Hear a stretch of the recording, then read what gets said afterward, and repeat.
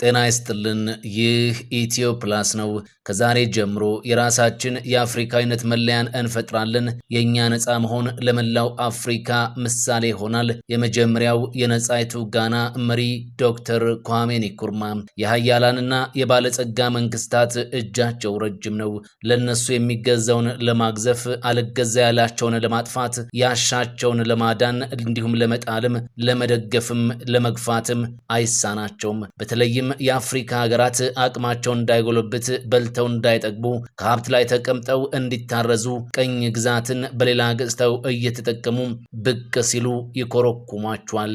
በዚህ ምክንያት የነጻነት ታሪካቸው 60 ዓመታትን ያልተሻገሩ አፍሪካውያን ከትላንት እስከ ዛሬ ተገዦች ከመሆን አልዳኑም። ድንገት በአህጉሪቱ ለነሱ አልገዛም ያለም ነጻ መሪም ከተነሳም ተረባርበው እድሜውን ያሳጥሩታል። ይህንንም በመምራት በ40 ዓመታት ብቻ 72 ጊዜ መንግስት የመገልበጥ ታሪክ ያላት አሜሪካ ነች። ለአሜሪካ ፍላጎት አላድርም በማለት ብቻ ምህረት በሌለው የጥፋት ወጥመዷ ጠልፋ ከጣለቻቸው መካከል ደግሞ አንዱ ዶክተር ኳሜ ንክሩማ ነው። አፍሪካውያን ነፃና አንድ መሆን አለባቸው በሚል መሪ ቃሉ በብዙዎች ዘንድ ይታወቃል። የተደላደለ የአውሮፓ ኑሮውን በመተው ሀገሩን መርጦ እንግሊዝን በሰላማዊ መንገድ ታግለው የመጀመሪያው የነፃይቱ ጋና ጥቁር ፕሬዝዳንት ዶክተር ኳሜ ንክሩማ ባለብዙ መገለጫ ባለታላቅ ህልም ከሆኑ አህጉሪቱ ካገኘቻቸው ጥቂት መሪዎች አንዱ ነበር።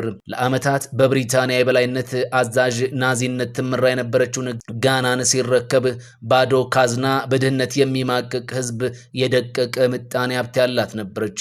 ባዶ ሀገሩንና ህዝቡን ከቀይ ቢጫና አረንጓዴ ባንዲራ ጋር መምራት የጀመረው ንክሩማ በአጭር ጊዜ የመንገድ፣ የግድብ፣ የዩኒቨርሲቲ እንዲሁም እርሻ፣ ኢንዱስትሪ፣ በትምህርት፣ በጤና እንዲሁም በኢኮኖሚ አስገራሚ ለውጦች በማምጣት ስሙ በጉልህ ተነስቷል። ኳሜ ንክሩማ በሀገሪቱ ሰፍኖ የነበረውን ጎሰኝነት ሰርዞ አንድነት ማምጣቱ ፓን አፍሪካኒዝም አስተሳሰብ የአፍሪካ ነጻነት፣ አንድነት፣ ህብረት መስበኩ ቅኝ ገዢዎቹን አሰጋቸው። ከጊኒና ማላዊ ጋር ህብረት መመስረቱ ለድሃው ጋናውያን የደን ልማት ኢንዱስትሪ፣ ዘመናዊ ግብርናና ማዕድን ማውጣት መጀመሩን አልወደዱትምና የሌለበትን ስም ሰጥተው ሊያጠፉት ቆረጡ።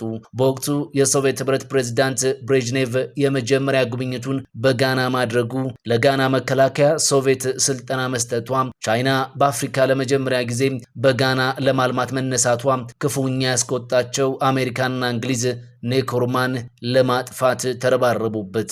ይህንንም ተልዕኮ ለማስፈጸም በሁለቱ ሀገራት አስተባባሪነት በፈረንሳይና ቤልጅየም ትብብር ሲአይኤ ወደ አክራ ተልኮ ሴራውን ማቀነባበር ተያዘው። ለዚህም ዓላማቸው ያኮረፉ የጦር አዛዦች አስማምተው ንክሩማ ላይ ለተከታታይ 5 ጊዜያት የግድያ ሙከራ ቢሞክሩም ሳይሳካላቸው ቀረ።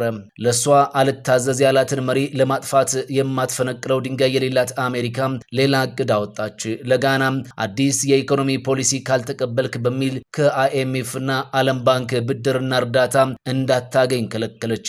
የኑሮ ውድነት ተባባሰ። የምግብ ዋጋ ጨመረ። የተጀመሩ ልማቶች ቆሙ።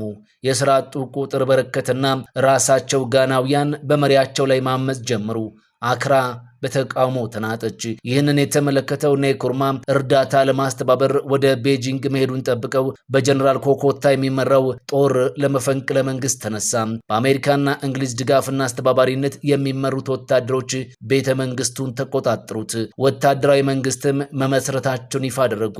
ትልቅ ህልምና ራዕይ ያለው ሀገሩን ከቅኝ ግዛት አላቆ የራሷ ሰንደቅ፣ ብሔራዊ መዝሙር፣ ህልውና እንዲኖራት ያደረገው ዶክተር ኳሜ ንክሩማ ለሀገሩ ያለመላትን ያስበላትን የተመኘላትን ሳያሳካ በስሜታዊ ወታደሮች በመፈንቅለ መንግስት ተገርስሶ ስደት ሆኖ በጊኒ መጽሐፍት እየጻፈ ኑሮን አድርጎ በግፍ ከስልጣን በተባረረ በ6 ዓመቱ ነበር ህይወቱ ያለፈው። ከንክሩማ ውድቀት በኋላ ጋና ማዕድናቷን፣ ሀብቷን በአዲሶቿ መሪዎች አማካኝነት ለምዕራባውያን ማቅረቧን ቀጥላ ህዝቦቿ ከድህነት ሳይላቀቁ የበይ ተመልካች ሆነው ብዙ ዘመናቸውን ዋጋ ከፈሉ። በመጨረሻም ንክሩማ ኒኮርማን ያስወገደው CIA ለፕሬዝዳንት ጆንሰን ሪፖርቱን እንዲህ አቀረበ።